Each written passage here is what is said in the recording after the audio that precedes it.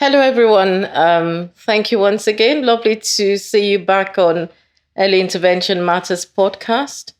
Um, Today, I'm going to be talking about a different topic, and this stems from one of the questions about whether girls can have ADHD. So, we will be talking about this today. Now, just to remind ourselves of what ADHD is, ADHD refers to Attention Deficit Hyperactivity Disorder. Now, I know when we look at the definition, we're expecting the typical child with ADHD to be a child being hyperactive, running around everywhere, being lively and on the go. And many people would see children who have ADHD and are not hyperactive and wonder whether they've given them the right diagnosis. So we're going to discuss some of that today. We do know that boys are more commonly diagnosed with ADHD. And in terms of girls that are diagnosed with ADHD, they're much less than boys. And the reason for this is because, like I've mentioned, people are looking for the typical hyperactive, lively, and impulsive girls. And that's why this series is quite important today. Lots of girls present very differently with ADHD symptoms. So you might find that a girl with ADHD is never hyperactive. She, on the contrary, may be a very quiet girl, and that's why they're missed most of the time. When they're growing up, the parents would never describe them as hyperactive. And when they sit in class, they could be the quietest girl ever. So you can imagine when you approach the teachers and ask them to complete questionnaires, many of the girls are missed. So what we do find out is that many of the girls present with the what we call inattentive type of ADHD. So they may be sat in the class and they appear as if they're listening, but they're completely away with the fairies in the class. So they might be sitting down, the teacher would say, very quiet girl. But what you might find out is that half of the lesson, she's not taking it at all because she's been distant, she's been distracted by other things. And half of the information that's been taught in class has not been registered. So the evidence of that is sometimes seen when, as parents, you might have to say things to them several times before it registers. So you might give them an instruction, and halfway down the line, they've forgotten. You repeat the instructions to them. They might get up, they might have forgotten what you asked them. They might be very impulsive as well. Some of them might be impulsive. Impulsivity means doing things or saying things without thinking about it, or taking actions without thinking about it. They may be very forgetful. They may have difficulties with organizing themselves. So they may be the ones that lose things all the time. So the typical younger child with attention problems and disorganization might be the child that every school year, most of the things are lost, or every day you can't find, one thing or the other. Things are lost very frequently, they're chaotic. You really have to be doing much more than you would be for another child without ADHD. Now, girls with ADHD also might struggle academically, and it's not because they do not have the ability to learn, but it's just their distractibility and their poor organization and forgetfulness means that they lose chunks of the information that is being taught in class. So they're not disruptive, they're sitting nicely in the class, but they're just not there. And if this happens year on year, you can imagine that girl will struggle and fail.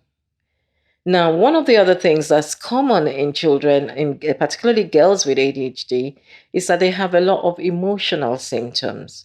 So they have difficulties regulating their emotions. They can get upset and distressed quite easily. And they also have lots of mood problems. So they can get lots of anxiety in addition to their ADHD symptoms. And for some of them who haven't had their symptoms picked up early, they can become so frustrated because if they're not achieving, they've got the ability to achieve, but they get frustrated with themselves about not being able to achieve. And year on year, they know I can do this thing, but they just struggle. Then they get very distressed, they get emotional, they get anxious. Some of them get depressed.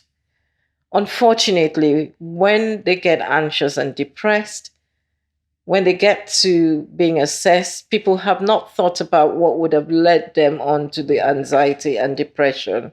So some of these girls have ended up being treated with antidepressants or anti anxiety medication without people actually exploring what was the thing that got them to the point where they are.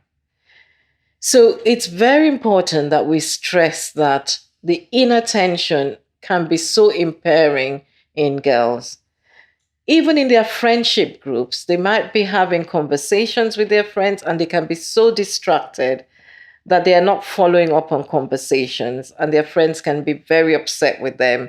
So imagine girls in a group, they're having a chat and one seems to go distant all the time. The other friends are looking at her, they get frustrated with her and they might have fallouts. And so you find such girls sometimes being isolated because friends cannot keep up with the fact that they get so distracted and not engaging. So it's important that we do not think about ADHD as just being hyperactive. You can also get inattentiveness in boys. It can happen in boys as well.